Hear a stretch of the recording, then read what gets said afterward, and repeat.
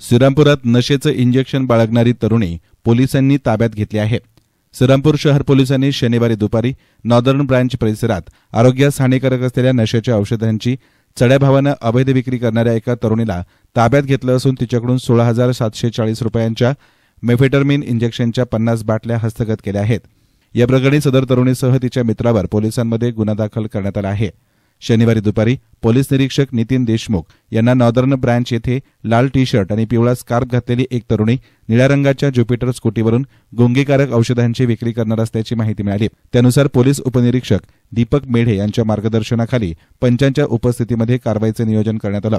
पोलिसांनी पंच आणि औषध निरीक्षक मुळे यांना सोबत घेऊन सापळा रचला। दुपारी साधारण 1:50 निळ्या रंगाच्या ज्युपिटरवर सदर महिला आल्यानंतर तिला थांबवण्यात आलं। झडतीदरम्यान तिच्या स्कूटीच्या डिक्कीतून 50 सीलबंद बाटल्या आणि मेफेटर्मिन इंजेक्शन मिळून आले। ही औषधे डॉक्टरांच्या चिठ्ठीशिवाय विक्री करता येत नाहीत आणि त्याचा चुकीचा वापर केल्यास आरोग्यावर गंभीर परिणाम होऊ शकतो। पोलिसांनी केलेल्या चौकशीमध्ये आपलं नाव शिल्पा शेळके राहणार गोंधवणी श्रीरामपूर असल्याचं तिनं सांगितलं।